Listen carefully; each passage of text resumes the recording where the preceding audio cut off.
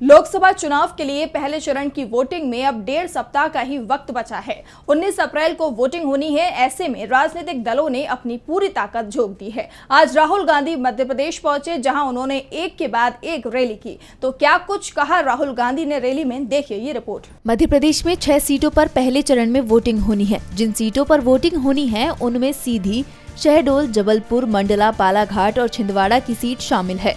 और आज कांग्रेस नेता राहुल गांधी ने सिवनी और शहडोल में पार्टी उम्मीदवारों के पक्ष में रैली की। इस दौरान उन्होंने बीजेपी पर निशाना साधते हुए कहा कि मध्य प्रदेश में बीजेपी का एक नेता आदिवासी का उत्पीड़न कर रहा है और ये लोग उसका वीडियो बनाकर उसे वायरल कर रहे हैं। ये इनकी विचारधारा है, ये इनकी सोच है।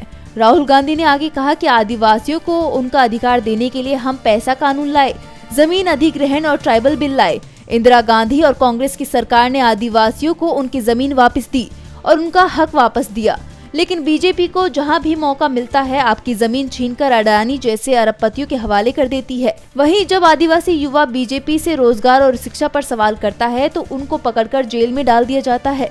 राहुल ने आगे कहा कि कांग्रेस पार्टी आपको आदिवासी कहती है और बीजेपी आरएसएस के लोग आपको वनवासी कहते हैं। इन शब्दों के अलग अलग मायने हैं। आदिवासी शब्द का मतलब जो इस देश के पहले मालिक हैं, जिनका जल, जंगल, जमीन पर पहला अधिकार है। वनवासी शब्द का मतलब वो लोग जो जंगल में रहते हैं। वनवासी का मतलब आप लोगों का जल, जंगल, जमीन पर कोई अधिकार नहीं है। राहुल ने जनसभा को संबोधित करते हुए आगे कहा कि देश में आदिवासियों की 8% आबादी है, लेकिन आप जब हिंदुस्तान की सबसे बड़ी कंपनियों, मीडिया, कॉरपोरेट कंपनियों के मालिकों की लिस्ट में देखेंगे तो वहां आपको एक आदिवासी नहीं मिलेगा। हिंदुस्तान को सिर्फ 90 अफसर चलाते हैं, जिनमें सिर्फ एक अफसर आदिवासी है। ये देश में आपकी भागीदारी है। डीबी लाइव की रिपोर्ट।